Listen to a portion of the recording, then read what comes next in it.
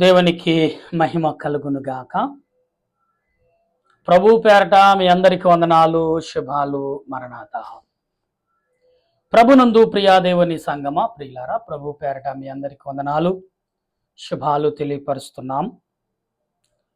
ఎందుకనగా దేవుడు తన కృపను బట్టి అనేకమైన విధములుగా దేవుడు ప్రేమిస్తూనే ఉన్నాడు.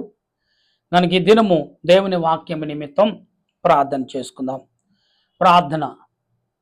సర్వోన్నతుడా, సర్వాధికారి, సర్వ సృష్టికర్తవైన తండ్రి, నీ స్తోత్రాలయ్యా. సమయంలో నీ బిడ్డలుగా మేము ప్రార్థిస్తుండగా, నేను స్తుతిస్తుండగా మా స్తుతులు యావత్తు అంగీకరించండి. మా స్తుతులకు నీవే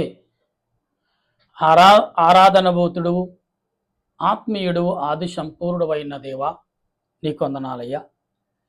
ఈ సమయంలో నీ దాసుడిని నేను నీ ఎదుటకు వచ్చి ఉన్నాను. వచ్చి నన్ను, నా తలంపులు అంగీకరించండి. నీ ఆత్మతో నింపండి. నీ సన్నిధి కాపుదలను దాయిచేయండి. నీ మేలుతో, నీ ఆశీర్వాదంతో నింపి బలపరచుమని మా ప్రభువును రక్షకుడైన యేసుక్రీస్తు పరిశుద్ధమైన నామములు అడిగి బ్రతిమాలుచు. దేవా, నీ సన్నిధి మాకు తోడుగా ఉంచు. నీ బిడ్డలతో మీరే మాట్లాడమని క్రీస్తు ప్రభు నామం అడుగుచున్నాను పరమ తండ్రి, ఆమేన్. మన తండ్రి అయిన దేవుని సహాయము తోడుగా ఉండి ముందుకు నడిపించునుగాక, ఆమేన్. ప్రభునందు ప్రియా దేవుని బిడ్డలారా, ఈరోజు వాక్య గ్రంథం కీర్తన 98వ కీర్తన. ఈరోజు పాఠం దేవునిని స్తుతించుట, యెహోవాను స్తుతించుట, ఆయనను ఆరాధించుట, యెహోవాను ఆరాధించుట. ఇలాగ అనేకమైన విషయాలు బైబిల్ గ్రంథములో కనబడుతూనే ఉన్నాయి. అయితే ఈరోజు ప్రభు నీతో నాతో మాట్లాడుచున్నాడు అనే భావము ఎంత గొప్పదో, అంతే విశ్వాసమును, అంతే గొప్పతనమును మనం కలిగిన వారిగా ఉన్నామని నమ్ముచు దేవదేవునికి ఎంతగానో కృతజ్ఞతాస్తుతులు చెల్లించువారమన్న ప్రియులరా, ఈరోజు వాక్యం చదువుకుంటే దేవుడు ఎందుకు మాట్లాడుచున్నాడు?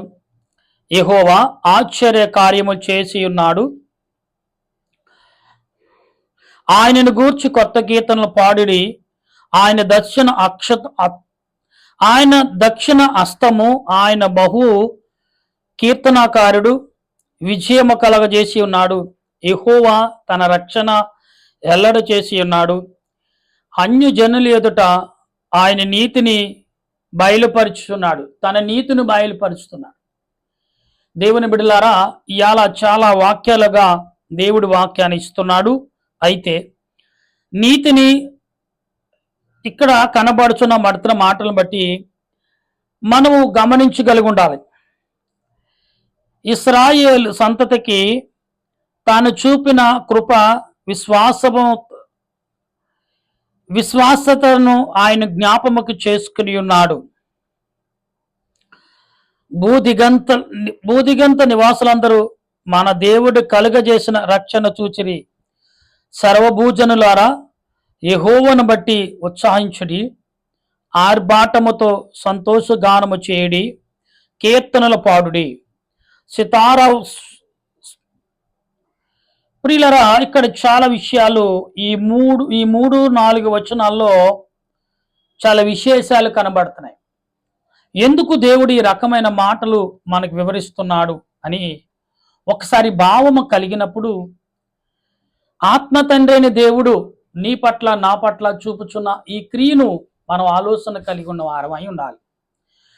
ఎందుకంటే నేనే మార్గము, నేనే సత్యము, నేనే జీవం అన్న ప్రభు ఆ జీవమును, ఆయన యొక్క విలువలను ఈనాడు నీకు నాకు అందించుచునే ఉన్నాడు. అందుకు దేవదేవునికి ఎంతగానో కృతజ్ఞతాస్తుతులు చెల్లించేవారమై ఉన్నాం. ప్రియులరా, అయితే దేవుడు మాట్లాడుచున్న ఈ మాటలను మనం గమనిస్తూ ఉంటే, సితారతో తీసుకుని సంగీత గానము చేయడి. ఇక్కడ సితార స్వరముతో యెహోవా స్తోత్ర గీతమును పాడుడి. సితార తీసుకుని సంగీతము స్వరములతో గానము చేయడి. బోరలతోనూ, కొమ్ములు నాదములతోనూ, రాజైన యెహోవాను సన్నిధిని సంతోషగనుడు చేయుడి. ప్రియులారా, చితారులు అనగా చాలా రకాలుగా దేవుని ఆరాధించే సమయం దేవుడు మనకి ఇస్తూనే ఉన్నాడు. అయితే ఇక్కడ కొన్ని విషయాల్లో జాగ్రత్తలు కలిగి మనం ఉండాలి.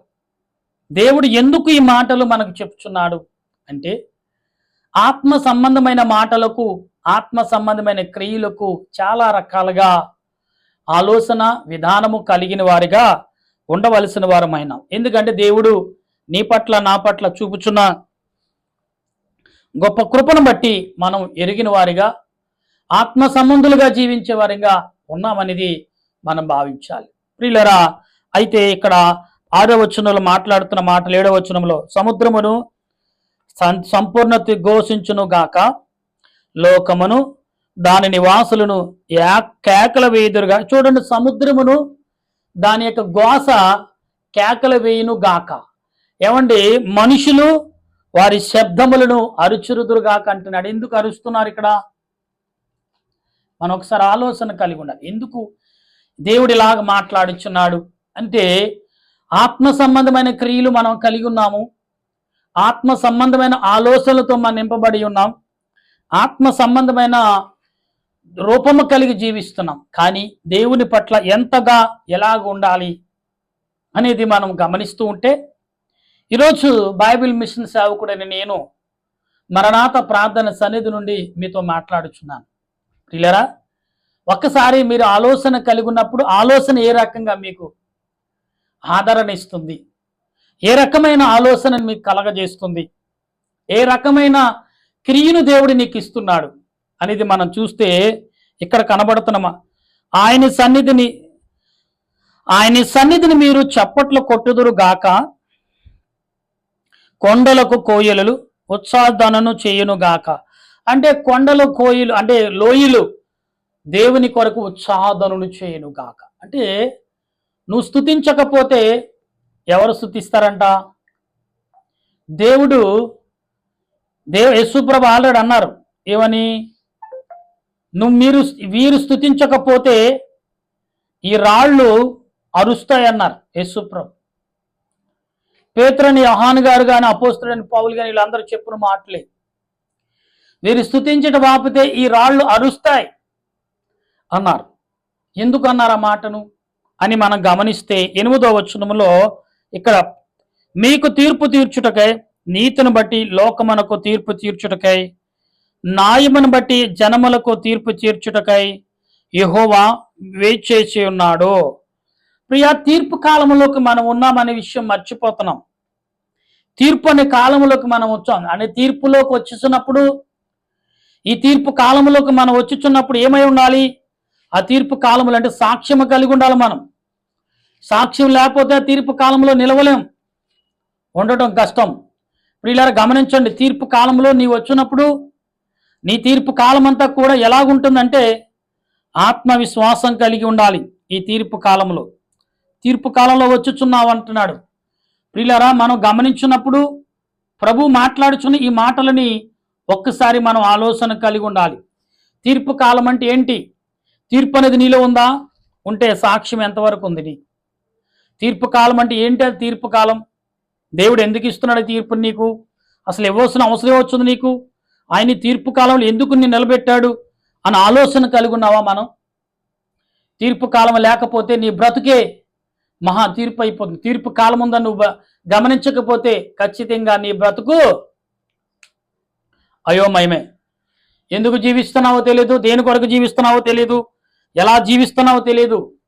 నీ జీవితానికి అర్థం లేని బ్రతుకు అయిపోతుంది ఇక్కడ. కనుక గమనించండి ప్రియులారా, అంటున్నాడు దేవుడు. దావీదు గారు అంటున్నాడు కదా, ఏమని?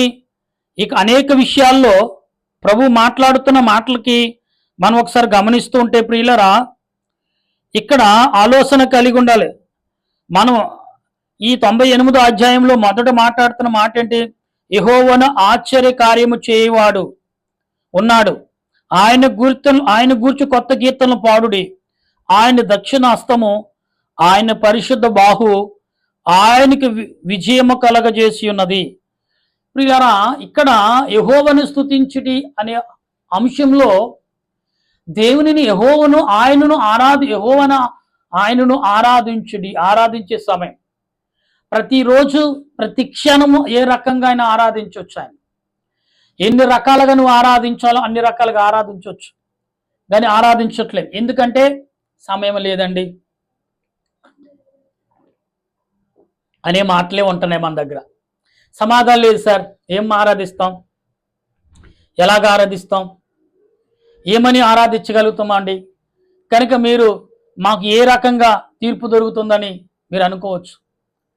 ప్రియులారా, గమనించండి ఒకసారి. ఆరాధన అనే పదము ఈ లోకంలో సామాన్యంగా వచ్చినది కాదు. దేవుడు నీకు అనుగ్రహించిన పదం, దేవుడు నీకు సమకూర్చిన పదం, దేవుడు కలగజేసిన పదం, దేవుడు సమకూర్చిన పదం. అందుకు కాబట్టి మనం గ్రహించేవారుగా ఉండవలసిన వారమైనాం. ప్రియులరా, దేవుడు తన కృపను బట్టి, తన ఆలోచన బట్టి, తన క్రియను బట్టి నీకు నాకు గొప్ప ఆదరణ ఇచ్చుచున్నాడనే భావం మర్చిపోవద్దు. కనుక ఈ సాయంకాల సమయంలో పరిశుద్ధాత్మ దేవుడు నీతో నాతో మాట్లాడుచున్నాడు అని భావము ఎలా మర్చిపోతాం? ఎందుకు మర్చిపోతాం? దేని కొరకు మర్చిపోతాం? ప్రియులారా, మనం ఆలోచన కలిగి ఉండాలి. కనుక ఈ సాయంకాల పూట దేవదేవుడు నీ పట్ల నా పట్ల చూపుచున్న క్రియను, గ్రహిస్తున్న ఆలోచన తగ్గ మనము మాట్లాడగలిగి ఉండాలి.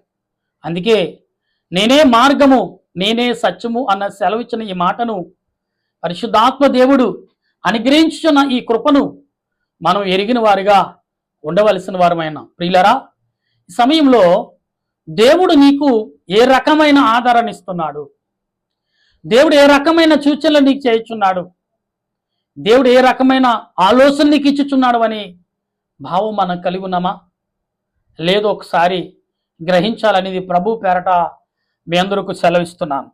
ప్రియులరా, అనేకమైన విషయాల్లో దేవుడు నీ పట్ల నా పట్ల చూపుచున్న క్రియను, గ్రహిస్తున్న ఆలోచనను ఆయన కలగజేసిన వాడని, ఆయన అనుగ్రహించిన వాడని, ఆయన చూపిన వాడని, ఆయన బలపరిచిన వాడని నమ్ముచు ప్రభు ఎడల విశ్వాసము నమ్మకము మనం కలిగిన వారిగా ఉండవలసిన వారమైన. ప్రియులారా, ఈ సమయంలో దేవుడు నీతో మాట్లాడుచున్న మాట ఏంటంటే, ఆత్మవిశ్వాసము దీనులైన వారు ధన్యులు, పరలోక రాజ్యము ఆరుదని చెప్తున్నాడు మత్తయి సువార్తలో.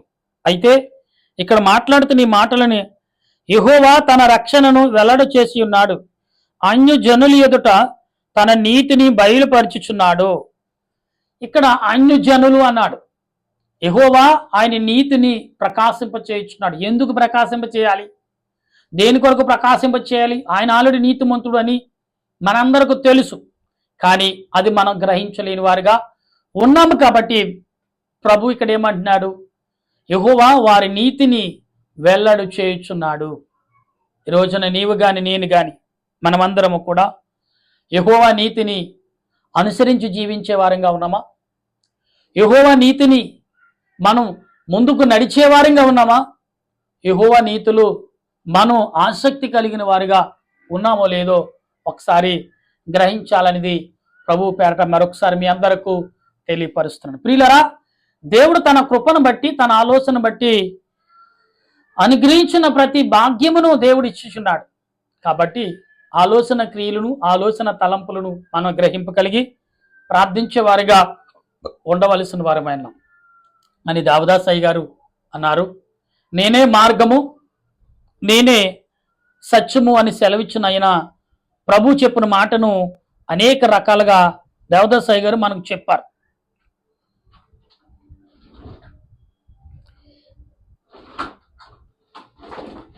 కనుక మనం ఆలోచన కలిగి లేకపోతే నష్టపోయేది మనమేండి. ఎందుకంటే దేవుడు తన ఆలోచనను మనకు కలగజేస్తున్నాడనే భావం మర్చిపోతున్నాం. కనుక మనం ఏ ఆలోచన లేకుండా జీవిస్తున్నాం. కనుక ఈ రోజున ప్రభు చెప్తున్న మాట, దేవదాసయ్య గారి మాటలన్నీ వినిపించిన తర్వాత అన్నారంట, ప్రభును నువ్వు ఎదుర్కొనాలనుకున్నప్పుడు ఆ ప్రభు నీకు చేసిన క్రియ ఏంటో నువ్వు తెలుసుకున్నావా అన్నారంట. ప్రభు నేను ఎదుర్కొంటున్నప్పుడు ఆ క్రియ ఏంటో నువ్వు తెలుసుకున్నావని ప్రభు అంటే దేవదాసయ్య గారు ఆయన యొక్క శిష్యులను అడుగుతున్నారు. అప్పుడు శిష్యులు అన్నారు, ప్రభువా, అయ్యా, ఏ రకంగా ఎదుర్కోవాలంటే ప్రభువును ప్రేమతో ఎదుర్కోవాలన్నారు. నువ్వు ప్రశ్నలతో ఎదుర్కోలేం, ప్రేమతో ఎదుర్కోవాలి, విశ్వాసంతో ఎదుర్కోవాలి, విజ్ఞాపనతో ఎదుర్కోవాలి, ప్రార్థనని మొరపెట్టి ఎదుర్కోవాలి తప్ప నిష్టమైన రీతిలో ఎదుర్కొంటాకు కుదరదని చెప్పారు. ఎందుకంటే ఎదుర్కోవడం కష్టం, ఎదుర్కోవడం మహా కష్టం. గనుక భావించండి, ప్రార్థించడానికి ప్రయత్నం చేయాలి. ప్రియులరా, ఈ ఉదయకాల సమయంలో ప్రభు నీతో నాతో మాట్లాడుచున్నారంటే అటు విషయాల్లో మనము ఆలోచన కలిగి, ప్రార్థనా నడిపింపు కలిగి, మీరు భావం కలిగి ఉండాలి. కనుక ఈ సాయంకాల సమయంలో దేవుడైన యెహోవా సెలవిచ్చిన మాట, ప్రభు అయిన యేసుక్రీస్తు అందించిన మాటను మనం అందరూ కూడా ఆలోచన కలిగి ప్రార్థించే వారంగా ఉండాలి. లేకపోతే నష్టపోతాం, నిజంగానే నష్టపోతాం. ఎలా నష్టపోతాం, ఎందుకు నష్టపోతాం అంటే, ప్రార్థన అనేది నీలో లేకపోతే, దావదశేఖరైన మొఖాలు ప్రార్థన నీలో లేకపోతే నువ్వు ఎన్ని చేసినా, ఎన్ని జ్ఞాపనలు చేసి దేవుడా వినడు. ఎందుకు వినడు? మోకరిస్తేనే వింటాడా? అవును అన్నారట అయ్యగారు. అవును, నువ్వు మోకరించున్నాడు, నిన్ను విడిచి వెళ్ళడైనా. నువ్వు మోకాలు ఉండకుండా నీ ఇష్టమైన రీతిలో ప్రార్థన చేస్తే నీ వైపు కూడా చూడ్డా అని అంటారు. నీ పక్కనున్నా కానీ చూడండి, పిల్లవాడు తండ్రి మాట వినకపోతే తండ్రి పక్క నుండి కూడా పలకడు. ఎందుకంటే వాడికి తెలిసి రావాలి అని. తండ్రి విలువ తెలియాలి, దేవుని విలువ మనకు తెలియాలంటే దేవుడు మౌనంగా ఉంటేనే తప్ప మనకు తెలియదండి. అందుకే ప్రియులరా, జాగ్రత్త కలిగి ఉండండి దేవుని పట్ల, విశ్వాసం కలిగి ఉండండి దేవుని పట్ల, భక్తి కలిగి ఉండే దేవుని పట్ల, ప్రేమ కలిగి ఉండే దేవుని పట్ల, ఆత్మీయత కలిగి ఉండే దేవుని పట్ల, ఆసక్తి కలిగి ఉండే దేవుని పట్ల. అప్పుడే దేవుడు నీ పట్ల ప్రేమ కలిగి ఉంటాడు, విశ్వాసము నమ్మకముతో నిన్ను బలపరుస్తాడనే విషయమును మర్చిపోవద్దనేది ప్రభు పేట మీ అందరికీ తెలియపరుస్తున్నాను. ప్రియులారా, గమనించండి, ప్రతి విషయంలో దేవుని ఆరాధించాలి, దేవుని స్తుతించాలి, ప్రార్థించాలి. ఎన్ని రకాలుగా శోధన వచ్చినప్పుడు అన్ని రకాలుగా ప్రార్థించేసే కృపను ఆ దేవదేవుడు మనందరికి అందించి నడిపించును గాక. ఆమేన్. ప్రార్థన చేసుకుందాం. దయగల తండ్రి, నీకు స్తోత్రాలు, ప్రేమగల రక్షక, వందనాలు. ఈ సమయంలో ప్రార్థిస్తుండగా నీ ఆత్మ నడిపింపు, నీ ఆలోచన క్రియలు, నీ సన్నిధి మాకు తోడుగా ఉంచి ఇంతవరకు మాకు సహాయం దయచేశావు, నీకు వందనాలు. ఈ సమయంలో నీ నామాన్ని బట్టి మేము ప్రార్థిస్తుండగా మాకు తోడుగా, రక్షణగా, మేలుకరముగా, దీవెనకరముగా, ఆశీర్వాదకరముగా ఉంచి నడిపించమని దేవా, నీ ఆలోచన క్రియలు, నీ తలంపులు నాకును అందించి మహిమ పొందమని ఈ సాయంకాల పూట ప్రభా ప్రార్థిస్తున్న ప్రతి వారి యొక్క విజ్ఞాపనను అంగీకరించి నా దేశ ప్రజలను, నా దేశ నాయకులను, నా దేశ పెద్దలను, మిలిటరీ వారు, పోలీస్ శాఖ వారు, డాక్టర్లు, నర్సులు, పారిశుద్ధ వారు, కార్మికులు, నీటి మీద, నేల మీద, గాలి మీద ప్రయాణములు చేయుచున్న వారు, పనులు చేయుచున్న వారు, గర్భిణీ స్త్రీలు, బాలింతరాలను బట్టి వందనాలు. గుడ్డివారు, చెవిటివారు, మగవారు, వికలాంగులను బట్టి నీకు వందనాలయ్యా. అలాగే అభాగ్యులుగా, అనాథులుగా ఉన్న వారి కొరకు స్తోత్రాలు. దీనుడిని, అల్పుడిని, బైబిల్ మిషను నైనా పరిచారకుడిని మరణాత ప్రార్థన సన్నిధి నుండి ఇట్టి ప్రార్థన చేయుచుండగా నీవే అంగీకరించి నీ పరలోకమునకు ఆయన ధూపముగా చేర్చుకుని ఈ కార్యమంతుడు, ఈ ప్రార్థనతుడు నెరవేర్పదాయి చేసి ముందుకు నడిపించమని క్రీస్తు నామమున అడిగి బ్రతిమాలుచున్నాను పరమ తండ్రి. ఆమేన్. మన తండ్రి అయిన దేవుని సన్నిధి సహాయము సదా తోడుగా ఉండి ఆయన రాకడకు సిద్ధపరిచి బలపరిచి వర్ధిల్లు చేయను గాక. ఆమేన్, ఆమేన్, ఆమేన్. మీ అందరికీ వందనాలు. మరణాత.